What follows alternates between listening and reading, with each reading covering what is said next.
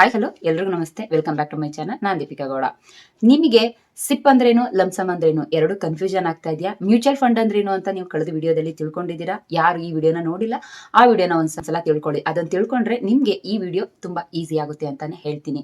ಈಗ ನಮ್ಗೆ ನೆಕ್ಸ್ಟ್ ನಮ್ಮ ಮಕ್ಳಿಗೆ ನಾವೇನೋ ಒಂದು ಫ್ಯೂಚರ್ಗೆ ಮಾಡಬೇಕು, ನಮ್ಮ ಡ್ರೀಮ್ ಹೌಸ್ನ ಕಟ್ಕೋಬೇಕು, ಡ್ರೀಮ್ ಕಾರ್ನ ತಗೊಳ್ಬೇಕು, ನನಗೆ ರಿಟೈರ್ಮೆಂಟ್ ಆಯಿತು, ರಿಟೈರ್ಮೆಂಟ್ ಆದಮೇಲೆ ನನ್ನ ಜೀವನದ ಗತಿ ಏನು, ನಾನು ದುಡಿತಾ ಇರಬೇಕಾದ್ರೆ ನಾನು ಯಾರ ಮೇಲೂ ಡಿಪೆಂಡ್ ಆಗಲಿಲ್ಲ, ರಿಟೈರ್ಮೆಂಟ್ ತಗೊಂಡ್ಮೇಲೆ ನಾನು ಮತ್ತೆ ಯಾರ ಮೇಲಾದ್ರೂ ಡಿಪೆಂಡ್ ಆಗೋ ಹೋಗ್ತೀನಾ ಅಂತೆಲ್ಲ ನೀವು ಥಿಂಕ್ ಮಾಡ್ತಾ ಇದ್ದೀರಾ? ನೀವು ಯಾವ್ದ್ರ ಬಗ್ಗೆನೂ ಥಿಂಕ್ ಮಾಡೋ ಹೋಗಿಲ್ಲ. ನೀವು ಇವತ್ತಿಂದನೇ ಈ ಮ್ಯೂಚುವಲ್ ಫಂಡ್ ಅನ್ನೋ ಅಂಥದ್ದನ್ನ ಮೈಂಡ್ಗೆ ಇಟ್ಕೊಂಡು ಸಿಪ್ಪಲ್ಲೋ ಲಂಸಮಲ್ಲೋ ನೀವು ಅಮೌಂಟ್ನ ಈ ಫ್ಯೂಚರ್ಗೋಸ್ಕರ ಅಂತಾನೆ ಹೂಡಿಕೆ ಮಾಡ್ತಾ ಹೋದ್ರೆ ನೀವು ಯಾರ ಮುಂದೆನೂ ಕೈ ಚಾಚಿ ನಿಲ್ಲೋ ಅಂತ ಪ್ರಶ್ನೆನೇ ಇಲ್ಲ. ಸೊ ಹಾಗಾಗಿ ಇವತ್ತಿಂದನೇ ಡಿಸೈಡ್ ಮಾಡಿ, ಫ್ಯೂಚರ್ಗೋಸ್ಕರ ನಾನು ಅಮೌಂಟ್ನ ಇವತ್ತಿಂದನೇ ಎತ್ತಿಡ್ತೀನಿ, ನಾನು ಯಾರ ಹತ್ರನೂ ಕೈ ಚಾಚೋ ಅವಶ್ಯಕತೆ ಬರೋದಿಲ್ಲ ಅಂತ ಅಂದ್ರೆ ಬರ್ದೇನೆ ಹೀರೋ ಆಗಿ ಯಾವ ರೀತಿ ಮಾಡ್ಕೊಳ್ಳೋದು ಅಂದ್ರೆ, ಇವತ್ತಿಂದನೇ ನೀವು ದುಡಿಯೋದ್ರಲ್ಲಿ ಸ್ವಲ್ಪ ಸ್ವಲ್ಪ ಅಮೌಂಟ್ನ ಕೂಡಾಕಿ ಸಿಪ್ ಮೇಲೆ ಇನ್ವೆಸ್ಟ್ಮೆಂಟ್ ಮಾಡಿ. ಸ್ವಲ್ಪ ಅಮೌಂಟ್ ಇಂದನೇ ಒಂದು ಬಂಡಲ್ ಅಮೌಂಟ್ ಮಾಡಿಕೊಂಡು ಲಂಸಮ್ ಮೇಲೆ ಇನ್ವೆಸ್ಟ್ಮೆಂಟ್ನ ಮಾಡಿ. ಹಾಗಾದ್ರೆ ಬನ್ನಿ ಇವತ್ತಿನ ವಿಡಿಯೋನ ಸ್ಟಾರ್ಟ್ ಮಾಡೋದಕ್ಕಿಂತ ಮುಂಚೆ ಯಾರೆಲ್ಲ ನನ್ನ ಈ ವಿಡಿಯೋನ ನೋಡ್ತಾ ಇದ್ದೀರಾ, ಸಬ್ಸ್ಕ್ರೈಬ್ ಮಾಡ್ದೇನೆ ನೋಡ್ತಾ ಇರೋಂಥವ್ರು ಸಬ್ಸ್ಕ್ರೈಬ್ ಮಾಡ್ಕೊಂಡು ನೋಡಿ. ವಿಡಿಯೋನ ಎಲ್ಲೂ ಕೂಡ ಸ್ಕಿಪ್ ಮಾಡ್ಬಿಡಿ, ಎಂಡ್ ವರೆಗೂ ನೋಡಿ. ನಾನು ಹೇಳೋ ಪ್ರತಿಯೊಂದು ಪಾಯಿಂಟು ಕೂಡ ತುಂಬಾ ಇಂಪಾರ್ಟೆಂಟ್ ಆಗಿರುತ್ತೆ ನಿಮಗೆ ಅಂತ ಹೇಳ್ತಾ ನನ್ನ ಈ ವಿಡಿಯೋನ ಸ್ಟಾರ್ಟ್ ಮಾಡ್ತಾ ಇದ್ದೀನಿ. ಸಿಪ್ ಅಂದ್ರೆ ಏನು, ಹಾಗಾದ್ರೆ ಲಂಸಮ್ ಅಂದ್ರೆ ಏನು? ಸಿಪ್ ಅಂತ ಅಂದ್ರೆ ನೀವು ಕೇಳ್ತಾ ಇರ್ತೀರಾ, ಸಿಪ್ ಅಂದ್ರೆ ಮ್ಯೂಚುವಲ್ ಫಂಡ್ ಅಂದ್ರೆ ಶೇರ್ ಮಾರ್ಕೆಟಾ ಅಂತ. No way. ಶೇರ್ ಮಾರ್ಕೆಟ್ಗೆ ಮ್ಯೂಚುವಲ್ ಫಂಡ್ ಇಂದ ಅಮೌಂಟ್ ನ ಇನ್ವೆಸ್ಟ್ಮೆಂಟ್ ಮಾಡ್ತಕ್ಕಂಥದ್ದು. ಅಂದ್ರೆ ಡೈರೆಕ್ಟ್ ಆಗಿ ಮಾಡ್ಲಿಲ್ಲ ಅಂತ ಅಂದ್ರೂ ಕೂಡ ಇಂಡೈರೆಕ್ಟ್ ರೀತಿ ಶೇರ್ ಮಾರ್ಕೆಟ್ಗೆನೆ ಮ್ಯೂಚುವಲ್ ಫಂಡ್ ಇಂದ ಅಮೌಂಟ್ ಇನ್ವೆಸ್ಟ್ಮೆಂಟ್ ಆಗ್ತಾ ಹೋಗುತ್ತೆ. ಇದರಲ್ಲಿ ಎರಡು ಟೈಪ್ ಇನ್ವೆಸ್ಟ್ಮೆಂಟ್ ಗಳಿದೆ. ಒಂದು ಟೈಪ್ ಸಿಪ್ ಮೆಥಡ್, ಇನ್ನೊಂದು ಟೈಪ್ ಬಂದು ಲಂಸಮ್ ಮೆಥಡ್. ಸಿಪ್ ಅಂತ ಅಂದ್ರೆ ಸಿಸ್ಟಮ್ಯಾಟಿಕ್ ಇನ್ವೆಸ್ಟ್ಮೆಂಟ್ ಪ್ಲಾನಿಂಗ್, ಅಂದ್ರೆ ಸ್ವಲ್ಪ ಸ್ವಲ್ಪ ಅಮೌಂಟ್ನೇ ನೀವು ಕೂಡಾಕಿ ಅದರಲ್ಲಿ ಬೆನಿಫಿಟ್ ನ ತಗೊಳ್ಳುವಂತದ್ದು. ಲಂಸಮ್ ಅಂತ ಅಂದ್ರೆ ಒಂದು ಬಂಡಲ್ ಅಮೌಂಟ್ ನ ಇನ್ವೆಸ್ಟ್ಮೆಂಟ್ ಮಾಡ್ತಕ್ಕಂಥದ್ದು. ಸಿಪ್ ನಲ್ಲಿ ಅಮೌಂಟ್ ನ ಯಾವ ರೀತಿ ಹೂಡಿಕೆ ಮಾಡ್ಬೇಕಪ್ಪ ಅಂತ ಅಂದ್ರೆ, ನಿಮ್ದು ಸ್ಯಾಲ್ರಿ ಅಮೌಂಟ್ ಏನೋ ಬರುತ್ತೆ, ನೀವೇನೋ ಉಳಿಸಿರ್ತೀರಾ, ಆ ಅಮೌಂಟ್ ನ ಒಂದು ಕನ್ಸಿಸ್ಟೆನ್ಸಿಯಾಗಿ ಅಮೌಂಟ್ ನ ಪ್ರತಿ ತಿಂಗಳು ನೀವು ಸೇರಿಸ್ಕೊಳ್ತಾ ಹೋಗ್ಬೇಕು, ಅಂದ್ರೆ ಹೂಡಿಕೆ ಮಾಡ್ತಾ ಹೋಗ್ಬೇಕು. ಆ ತರ ಮಾಡಿದಾಗ ನಿಮ್ಗೆ ಇವತ್ತು ನೀವು 1000 ರೂಪಾಯಿನ ಹೂಡಿಕೆ ಮಾಡಿದ್ರೆ ನಿಮಗೆ ಸ್ವಲ್ಪ ಲಾಂಗ್ ಟರ್ಮ್ ಬಿಟ್ಟಾಗ ಲಕ್ಷನೇ ಸಿಗುತ್ತೆ ಅಂತ ಹೇಳ್ತೀನಿ. ನಿಮಗೆ ಲಂಸಮ್ ನಲ್ಲಿ ನನಗೆ ಬೋನಸ್ ಅಮೌಂಟ್ ಸಿಕ್ತು, ಇಲ್ಲ ಯಾವುದೋ ಒಂದು ಚೀಟಿ ಅಮೌಂಟ್ ಸಿಕ್ತು, ಯಾವುದೋ ಒಂದು ಬಲ್ಕ್ ಅಮೌಂಟ್ ಸಿಕ್ಕಿದಂತ ಟೈಮ್ ನಲ್ಲಿ ನೀವು ಲಂಸಮ್ ನಲ್ಲಿ ಹೂಡಿಕೆ ಮಾಡಿದ್ರೆ, ಒಂದು ಲಕ್ಷನ ಹೂಡಿಕೆ ಮಾಡಿದ್ರೆ, ಅದು ನೀವು ಲಾಂಗ್ ಟರ್ಮ್ ಬಿಟ್ಟು ನೋಡಿದ್ರೆ ಅದು ಒಂದು 3 ಪಟ್ ಅಮೌಂಟ್ ಜಾಸ್ತಿನೇ ಸಿಗುತ್ತೆ. ಸಿಪ್ ಅಂಡ್ ಲಂಸಮ್ ನ ಬ್ಯಾಂಕಿನ RD ಅಂಡ್ FD ಗೆ ಕಂಪೇರ್ ಮಾಡಿದ್ರೆ ಇಲ್ಲಿ 3 ಪಟ್ ಅಮೌಂಟ್ ನ ನೀವು ಹೆಚ್ಚಿಗೆ ಪಡ್ಕೊಳ್ಬಹುದು. ಸಿಪ್ ಯಾವ ರೀತಿ ಅಂದ್ರೆ RD ರೀತಿ, ಲಂಸಮ್ ಯಾವ ರೀತಿ ಅಂದ್ರೆ FD ರೀತಿ. ನಾನು ಹೇಳ್ತಾ ಇದ್ದೀನಲ್ಲ, ಇಲ್ಲಿ ನಾನು ವರ್ಷಕ್ಕೆ ನಿಮ್ಗೆ ಕಮ್ಮಿ ಸಿಗುವಂತದ್ದು 12% ಆಗಿರುತ್ತೆ. ನಾನು ಹೇಳ್ತಾ ಇರೋದು ಕಮ್ಮಿ ಅಂತ ಅಂದ್ರೆ, ನೀವು ಇದನ್ನ ಲಾಂಗ್ ಟರ್ಮ್ ಇನ್ವೆಸ್ಟ್ಮೆಂಟ್ ಮಾಡ್ಕೊಂಡು ಕಾಂಪೌಂಡಿಂಗ್ ಮೆಥಡ್ ರೀತಿನಲ್ಲಿ ನೀವು ಇನ್ವೆಸ್ಟ್ಮೆಂಟ್ ಮಾಡ್ಕೊಳ್ತಾ ಹೋದ್ರೆ, ನೀವು ಏನ್ ಅಮೌಂಟ್ ನ ಇನ್ವೆಸ್ಟ್ಮೆಂಟ್ ಮಾಡಿದಿರೋ ಅದರಲ್ಲಿ 3 ಪಟ್ ಅಮೌಂಟ್ ಸಿಗ್ತಾ ಹೋಗುತ್ತೆ. ಕಮ್ಮಿ ಅಂತ ಅಂದ್ರು 12 ಅಂತ ನಾನು ಹೇಳಿದ್ದೀನಿ, 30% ವರೆಗೂ ನಿಮ್ಗೆ ಅಮೌಂಟ್ ಇಂಟ್ರೆಸ್ಟ್ ರೇಟ್ ಜೊತೆ ಲಾಭ ನಿಮ್ಗೆ ಆಗುತ್ತೆ ಅಂತ ಹೇಳ್ತೀನಿ. ನನ್ಗೆ ಸಿಪ್ ಬಗ್ಗೆ ಏನೂ ಗೊತ್ತಿಲ್ಲ, ಲಂಸಮ್ ಬಗ್ಗೆ ಏನೂ ಗೊತ್ತಿಲ್ಲ ಅಂತ ಏನಾದ್ರೂ ಇದ್ರೆ ಈ ವಿಡಿಯೋನ ಕ್ಲಿಯರ್ ಆಗಿ ನೋಡಿ, ನಿಮ್ಗೆ ಅದ್ರಲ್ಲಿ ಇರೋಂಥ ಡೌಟ್ಸ್ಗಳು ಕ್ಲಿಯರ್ ಆಗುತ್ತೆ.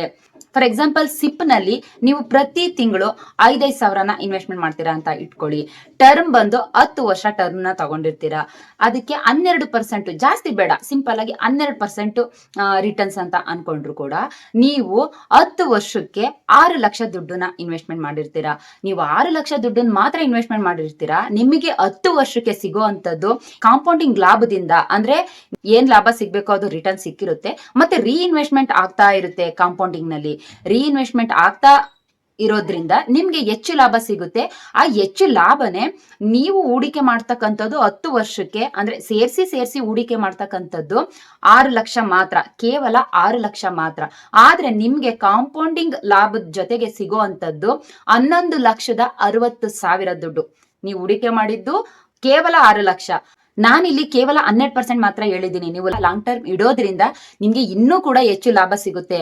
ಆದ್ರೆ ನಾನು 12% ಹೇಳೋದ್ರಿಂದ ನಿಮ್ಗೆ 11,60,000 ಸಿಕ್ತು ಅಂದ್ರೆ ನಿಮ್ಗೆ ಇಲ್ಲಿ ನಿಮ್ಗೆ ನಿಮ್ ಅಮೌಂಟ್ ಅಲ್ದೇನೆ ನಿಮ್ಗೆ ಸಿಕ್ಕಿರುವಂತ ಬೆನಿಫಿಟ್ ಎಷ್ಟು ಅಂತ ಅಂದ್ರೆ 5,60,000 ರೂಪಾಯಿ. ಯಾರು ಕೊಡ್ತಾರೆ 5,60,000 ರೂಪಾಯಿ ಅಲ್ವಾ? ಒಂದು LIC ನಲ್ಲಿ ಇನ್ವೆಸ್ಟ್ಮೆಂಟ್ ಮಾಡಿದ್ರು ಕೂಡ ಇಷ್ಟು ನಿಮ್ಗೆ ಸಿಗಲ್ಲ. ಒಂದು ಬ್ಯಾಂಕ್ ಅಲ್ಲಿ ಆಡಿನಲ್ಲಿ ಇನ್ವೆಸ್ಟ್ಮೆಂಟ್ ಮಾಡಿದ್ರು ಕೂಡ ಇಷ್ಟು ಲಾಭ ಸಿಗಲ್ಲ. ನಾನ್ ಹೇಳ್ತಾ ಇರೋದು ಕಮ್ಮಿ ಲಾಭ ಅಷ್ಟೇ. 12%ಗೆ ನಾನು ಟಾರ್ಗೆಟ್ ಹಾಕೊಂಡಿದ್ದೀನಿ. 12% ರೀತಿ ನಾನು ಮಾತಾಡ್ತಾ ಇದ್ದೀನಿ ಅಷ್ಟೇ. ಇದು ನಿಮ್ಗೆ 12ಕ್ಕಿಂತ ಜಾಸ್ತಿ ಸಿಕ್ಕಿದಾಗ ಇನ್ನು ನಿಮ್ಗೆ ಪರ್ಸೆಂಟೇಜ್ ಹೈ ಆಗ್ತಾ ಆಗ್ತಾ ಆಗ್ತಾ ನಿಮ್ಗೆ ರಿಟರ್ನ್ಸ್ ಕೂಡ ತುಂಬಾನೇ ಜಾಸ್ತಿ ಸಿಗುತ್ತೆ. ಈಗ ಸಿಪ್ ಬಗ್ಗೆ ಯಾರಿಗೂ ಡೌಟ್ ಇಲ್ಲ ಅಂತ ಅನ್ಕೊಂಡಿದ್ದೀನಿ. ಅಂದ್ರೆ ಇನ್ವೆಸ್ಟ್ಮೆಂಟ್ ಬಗ್ಗೆ ಅದನ್ನ ನೀವು ಚಿಕ್ಕದಾಗಿ ಇನ್ವೆಸ್ಟ್ಮೆಂಟ್ ಮಾಡ್ತಾ ಹೋದ್ರು ಕೂಡ ನಿಮ್ಗೆ ಲಾಂಗ್ ಟರ್ಮ್ ನಿಮ್ಗೆ ಹೆಚ್ಚು ಲಾಭ ಸಿಗ್ಬೇಕು ಅಂದ್ರೆ ಲಾಂಗ್ ಟರ್ಮ್ ನ ಬಿಟ್ಟಷ್ಟು ನಿಮ್ಗೆ ಹೆಚ್ಚು ಲಾಭ ಸಿಗುತ್ತೆ. ಸೊ ಹಾಗಾಗಿ ಸಿಪ್ ಬಗ್ಗೆ ಇವತ್ತು ತಿಳ್ಕೊಂಡಿದ್ದೀರಾ ಅಂದ್ರೆ ನೀವು ಇವತ್ತಿಂದನೇ ಇನ್ವೆಸ್ಟ್ಮೆಂಟ್ ಮಾಡೋದಕ್ಕೆ ಟ್ರೈ ಮಾಡಿ. ಆದಷ್ಟು ಲಾಂಗ್ ಟರ್ಮ್ ತಗೊಳ್ಳಿ, ನಿಮ್ಗೆ ಹೆಚ್ಚು ಲಾಭನ ಪಡ್ಕೊಳ್ಳಿ ಅಂತ ಹೇಳೋದಕ್ಕೆ ಇಷ್ಟಪಡ್ತೀನಿ. ಈಗ ನಿಮ್ಗೆ ಸಿಪ್ ಅಲ್ಲಿ ಇಷ್ಟು ಲಾಭ ಸಿಕ್ತು. ನೀವು ಲಂಸಮ್ಗೆ 6 ಲಕ್ಷ ಇನ್ವೆಸ್ಟ್ಮೆಂಟ್ ಮಾಡ್ತೀರಾ ಅಂದ್ರೆ 10 ಇಯರ್ ಪೀರಿಯಡ್ ನ ಅಂದ್ರೆ ಟರ್ಮ್ ಪೀರಿಯಡ್ ನ ತಗೊಳ್ತೀರಾ. 12% ಅಂತಾನೆ ಹಾಕೊಳ್ಳೋದ ಕ್ಯಾಲ್ಕುಲೇಷನ್ಗೋಸ್ಕರ.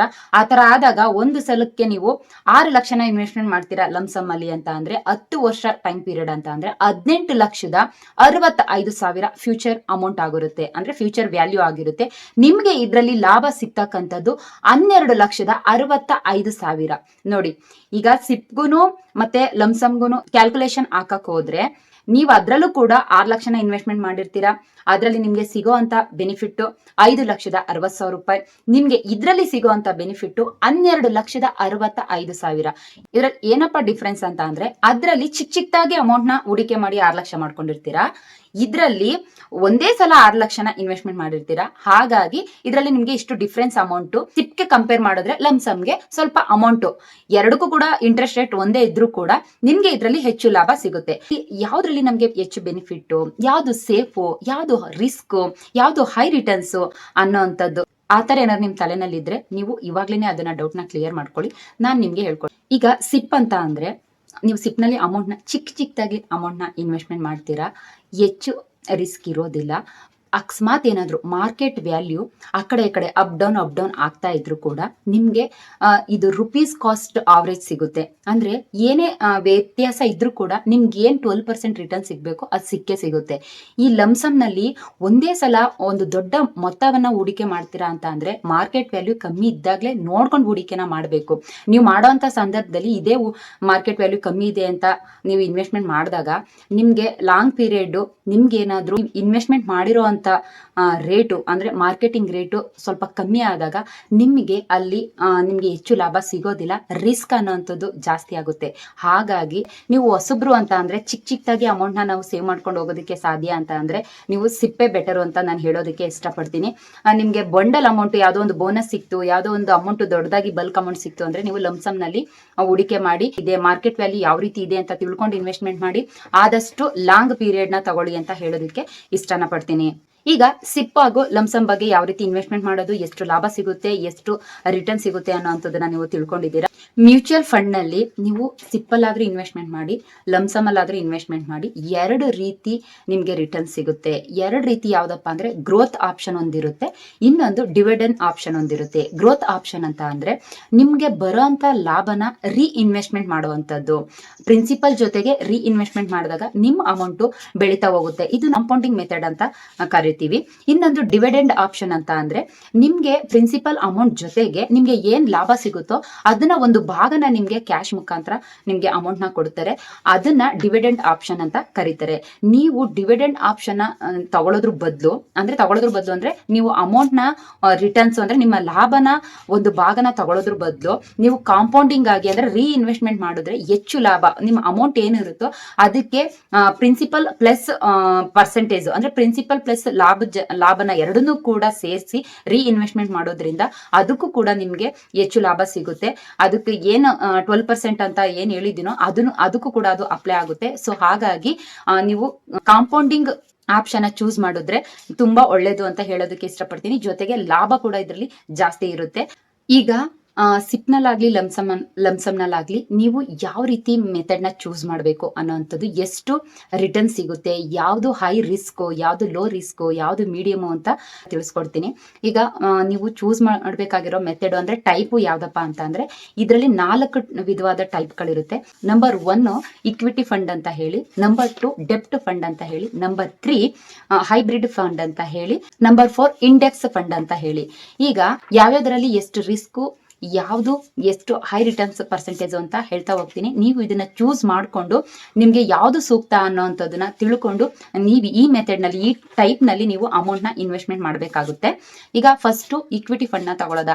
ಇಕ್ವಿಟಿ ಫಂಡ್ನಲ್ಲಿ 3 ಕೆಟಗರಿ ಬರುತ್ತೆ. ಯಾವುದಪ್ಪ ಅಂದರೆ large cap, medium cap, small cap ಅಂತ ಹೇಳಿ. ಲಾರ್ಜ್ ಕ್ಯಾಪ್ನಲ್ಲಿ ಕಡಿಮೆ ರಿಸ್ಕ್ ಇರುತ್ತೆ. ಒಂದು 100 ಕಂಪನಿಗಳ ಮೇಲೆ ಇನ್ವೆಸ್ಟ್ಮೆಂಟ್ನ ಮಾಡ್ತಾರೆ. 10 to 12% ರಿಟರ್ನ್ಸ್ ಆಗುತ್ತೆ.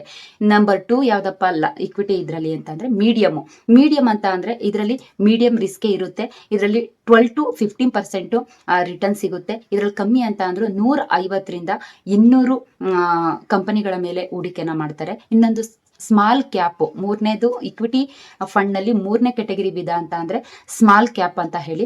ಅದರಲ್ಲಿ ನಿಮಗೆ 15 to 12% ಹೈ ರಿಟರ್ನ್ಸ್ ಸಿಗುತ್ತೆ. ಇದರಲ್ಲಿ ರಿಸ್ಕ್ ಅನ್ನೋಂಥದ್ದು ಜಾಸ್ತಿ ಇರುತ್ತೆ. ಇದು ಚಿಕ್ಕ ಕಂಪ್ನಿಗಳ ಮೇಲೆ ಹೂಡಿಕೆನ ಮಾಡ್ತಾರೆ. ಕಮ್ಮಿ ಅಂದರೂ 200 ಎಬೋ ಕಂಪನಿಗಳ ಮೇಲೆ ಹೂಡಿಕೆಗಳನ್ನ ಮಾಡ್ತಾರೆ. ರಿಸ್ಕ್ ಅನ್ನೋಂಥದ್ದು ಜಾಸ್ತಿ ಇರುತ್ತೆ, ರಿಟರ್ನ್ಸ್ ಕೂಡ ಜಾಸ್ತಿನೇ ಸಿಗುತ್ತೆ. ಇದು ಇಕ್ವಿಟಿ ಫಂಡ್ನಲ್ಲಿ ಮಾತ್ರ ಸಿಗುವಂಥದ್ದು ಈ 3 ಸ್ಮಾಲ್ ಕ್ಯಾಟಗರಿ ಫಂಡ್ಗಳು. ಫಂಡ್ ಟೈಪು ಡೆಪ್ಟ್ ಅಂತ ಹೇಳಿ, ಇದು ಫಂಡ್ ಟೈಪಲ್ಲಿ 2ನೇ ವಿಧಾನ ಅಂತಾನೆ ಹೇಳ್ಬೋದು. ಇದರಲ್ಲಿ ರಿಸ್ಕ್ ಅನ್ನೋಂಥದ್ದು ಕಡಿಮೆ ಇರುತ್ತೆ. ಇದರಲ್ಲಿ 6 to 8% ವರೆಗೆ ನಿಮಗೆ ರಿಟರ್ನ್ ಸಿಗುತ್ತೆ. ಇದು ಬ್ಯಾಂಕ್ಗಳಲ್ಲಿ ನಾವು FDನ ಇನ್ವೆಸ್ಟ್ಮೆಂಟ್ ಮಾಡ್ತೀವಲ್ಲ, ಆ ರೀತಿ ಸಿಗುತ್ತೆ ಅಂತಾನೆ ಹೇಳ್ಬೋದು. ರಿಸ್ಕ್ ಕೂಡ ಕಮ್ಮಿ, ರಿಟರ್ನ್ಸ್ ಕೂಡ ಕಮ್ಮಿನೇ ಅಂತಾನೆ ಹೇಳ್ಬೋದು. ಇನ್ನೊಂದು ಹೈಬ್ರಿಡ್ ಅಂತ ಹೇಳಿ, ಇದಕ್ಕೆ ಇಕ್ವಿಟಿ ಮತ್ತೆ ಡೆಪ್ಟ್ನ ಎರಡನ್ನೂ ಸೇರಿಸಿ ಇಲ್ಲಿ ಅಮೌಂಟ್ನ ಇನ್ವೆಸ್ಟ್ಮೆಂಟ್ ಮಾಡ್ತಕ್ಕಂಥದ್ದು. ಹೈಬ್ರಿಡ್ ಬಂದು ಮಧ್ಯಮ ರಿಸ್ಕ್ ಆಗಿರುತ್ತೆ. ಇದರಲ್ಲಿ ರಿಸ್ಕ್ ಕೂಡ ಮೀಡಿಯಂ ಆಗೇ ಇರುತ್ತೆ. 8 to 12% ಇಲ್ಲಿ ರಿಟರ್ನ್ಸ್ ಆಗುತ್ತೆ. ಫಂಡ್ ನಂಬರ್ 4 ಇಂಡೆಕ್ಸ್ ಫಂಡ್ ಅಂತ ಹೇಳಿ, ಇದರಲ್ಲಿ ರಿಸ್ಕ್ ತುಂಬಾನೇ ಕಮ್ಮಿ ಇರುತ್ತೆ. 10 to 12% ರಿಟರ್ನ್ ಸಿಗುತ್ತೆ ಅಂತ ಹೇಳೋದಕ್ಕೆ ಇಷ್ಟಪಡ್ತೀನಿ. ನಾನು ಇದನ್ನು ಮ್ಯೂಚುವಲ್ ಫಂಡ್ ನಲ್ಲಿ ಆಲ್ರೆಡಿ ಇದ್ರ ಬಗ್ಗೆ ಫುಲ್ ಡೀಟೇಲ್ಸ್ ಅಲ್ಲಿ ತಿಳಿಸಿದ್ದೀನಿ. ನೀವು ಆ ವಿಡಿಯೋ ನೋಡಿದ್ರೆ ನಿಮಗೆ ಈ ವಿಡಿಯೋ ತುಂಬಾ ಈಸಿಯಾಗಿ ಅರ್ಥ ಆಗುತ್ತೆ. ಈ ಟೈಪ್ ಏನ್ ಹೇಳಿದೀನೋ ಅದರಲ್ಲಿ ಫುಲ್ ಡೀಟೇಲ್ಸ್ ನ ನಿಮ್ಗೆ ಕ್ಲಿಯರ್ ಆಗಿ ಕ್ಲಾರಿಟಿಯಾಗಿ ಹೇಳಿದ್ದೀನಿ. ಇದರಲ್ಲಿ ಚಿಕ್ಕದಾಗಿ ಹೇಳಿದ್ದೀನಿ, ಅದರಲ್ಲೂ ಹೇಳಿದ್ದೀನಲ್ಲ, ಹಾಗಾಗಿ ಇದ್ರಲ್ಲಿ ಚಿಕ್ಕದಾಗಿ ಹೇಳಿದ್ದೀನಿ. ಇದರಲ್ಲಿ ನೀವು ತಿಳ್ಕೋಬೇಕಾಗಿರೋ ಅಂಥದ್ದು, ಫಂಡ್ ಟೈಪ್ ಬಂದು 4 ಇರುತ್ತೆ. 4ರಲ್ಲಿ ಎಷ್ಟೆಷ್ಟು ರಿಟರ್ನ್ ಸಿಗುತ್ತೆ ಅಂತಾನು ಹೇಳಿದ್ದೀನಿ, ಯಾವ್ದಾದ್ರು ರಿಸ್ಕ್ ಅಂತಾನು ಹೇಳಿದ್ದೀನಿ. ಬಟ್ ಇಕ್ವಿಟಿ ಫಂಡ್ ನಲ್ಲಿ ಮಾತ್ರ large, medium, small cap category ಅನ್ನೋಂಥದ್ದು ಸಿಗೋ ಅಂಥದ್ದು. ಅದರಲ್ಲೂ ಕೂಡ ಎಷ್ಟೆಷ್ಟು ಪರ್ಸೆಂಟೇಜ್ ಸಿಗುತ್ತೆ ಅಂತಾನು ಹೇಳಿದ್ದೀನಿ. ನೀವು ಚೂಸ್ ಮಾಡಬೇಕಾದ್ರೆ ನೋಡ್ಕೊಂಡು ಚೂಸ್ ಮಾಡಿ. ಮತ್ತೆ ಇನ್ನೊಂದೇನು ಅಂತ ಅಂದ್ರೆ, ನಿಮ್ ಅಕಸ್ಮಾತ್ ನನ್ಗೇನಾದ್ರೂ ನಲ್ಲೋ ಲಮ್ಸಮ್ನಲ್ಲೋ ಅಮೌಂಟ್ನ ಇನ್ವೆಸ್ಟ್ಮೆಂಟ್ ಮಾಡಿದ್ದೀನಿ, ಎಮರ್ಜೆನ್ಸಿ ಇದೆ, ನಾನು ಅಮೌಂಟ್ನ ರಿಟರ್ನ್ಸ್ ತಗೋಬಹುದು ಅಂದ್ರೆ ಖಂಡಿತವಾಗ್ಲೂ ತಗೊಳ್ಬೋದು. ಆದ್ರೆ ಸ್ವಲ್ಪ ಚಾರ್ಜಸ್ ಆಗುತ್ತೆ. ನಿಮ್ಗೆ ಸಿಗೋ ಅಂತ ಪರ್ಸೆಂಟೇಜ್ ಕೂಡ ಕಮ್ಮಿ ಆಗ್ತಾ ಹೋಗುತ್ತೆ. ನಿಮ್ಗಿಲ್ಲಿ ಲಾಭ 2 ರೀತಿ ಸಿಗುತ್ತೆ. ಮ್ಯೂಚುವಲ್ ಫಂಡ್ ನಲ್ಲಿ 2 ರೀತಿ ಲಾಭ ಸಿಗುತ್ತೆ. ಒಂದು ಗ್ರೋತ್ ಆಪ್ಷನ್, ಇನ್ನೊಂದು ಡಿವಿಡೆಂಡ್ ಆಪ್ಷನ್ ಅಂತ ಹೇಳಿ.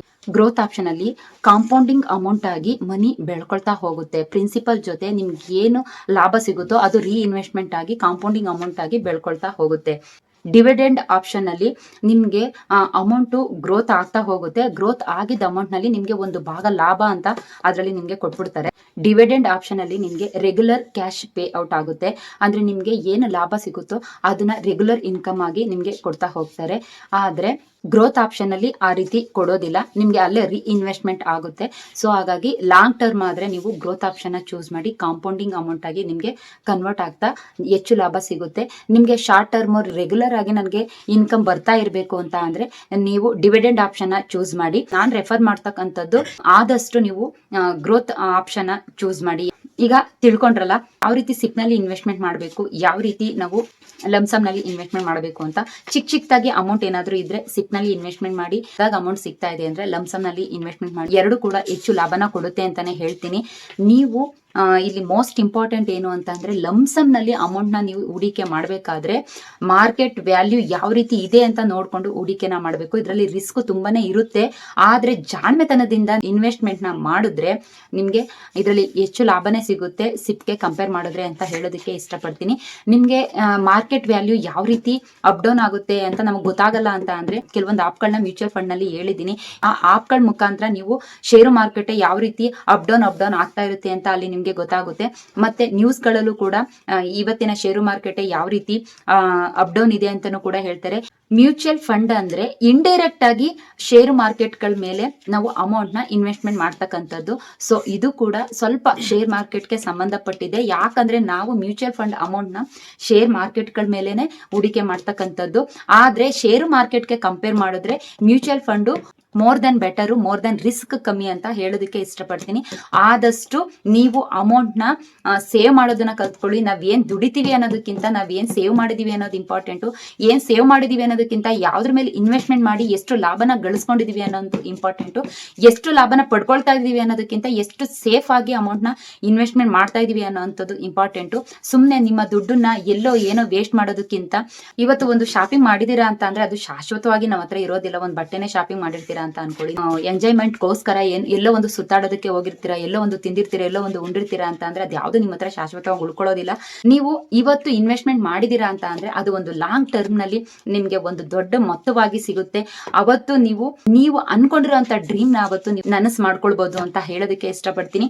ಯಾರಿಗೆಲ್ಲ ನನ್ನ ಈ ವಿಡಿಯೋ ಇಷ್ಟ ಆಯ್ತು ಲೈಕ್ ಮಾಡಿ, ಶೇರ್ ಮಾಡಿ, ಕಮೆಂಟ್ಸ್ ಮಾಡಿ ಅಂತ ಹೇಳ್ತಾ, ನಿಮ್ಗೆ ಯಾವ ರೀತಿನಾದ್ರೂ ವಿಡಿಯೋ ಬೇಕು ಅಂತ ಅಂದ್ರೆ ಕಮೆಂಟ್ ಸೆಕ್ಷನ್ ಅಲ್ಲಿ ಖಂಡಿತವಾಗ್ಲೂ ಕಮೆಂಟ್ಸ್ ಮಾಡಿ. ಈ ವಿಡಿಯೋ ಬಗ್ಗೆ ನಿಮ್ಗೆ ಏನಾದ್ರೂ ಡೌಟ್ ಬಂತು ಅಂದ್ರೆ ಕಮೆಂಟ್ ಸೆಕ್ಷನ್ ಅಲ್ಲಿ ಕಮೆಂಟ್ಸ್ ಮಾಡಿ, ನಾನು ಅದನ್ನ ಡೌಟನ್ನ ಕ್ಲಿಯರ್ ಮಾಡ್ತೀನಿ. ನಿಮ್ಗೆ ಯಾವ ರೀತಿನಾದ್ರೂ ವಿಡಿಯೋ ಬೇಕು ಅಂತ ಅಂದ್ರೆ ನಾನು ಅದೇ ರೀತಿ ವಿಡಿಯೋನ ನಿಮಗೆ ಉಪಯೋಗವಾಗುವಂತೆ ಆ ವಿಡಿಯೋನ ಮಾಡೋದಕ್ಕೆ ಟ್ರೈ ಮಾಡ್ತೀನಿ ಅಂತ ಹೇಳ್ತಾ, ನೆಕ್ಸ್ಟ್ ಒಂದು ಒಳ್ಳೆ ವಿಡಿಯೋ ಜೊತೆ ನಾನು ನಿಮ್ಮನ್ನ ಭೇಟಿ ಆಗ್ತೀನಿ. ಜೈ ಹಿಂದ್, ಜೈ ಕರ್ನಾಟಕ ಮಾತೆ.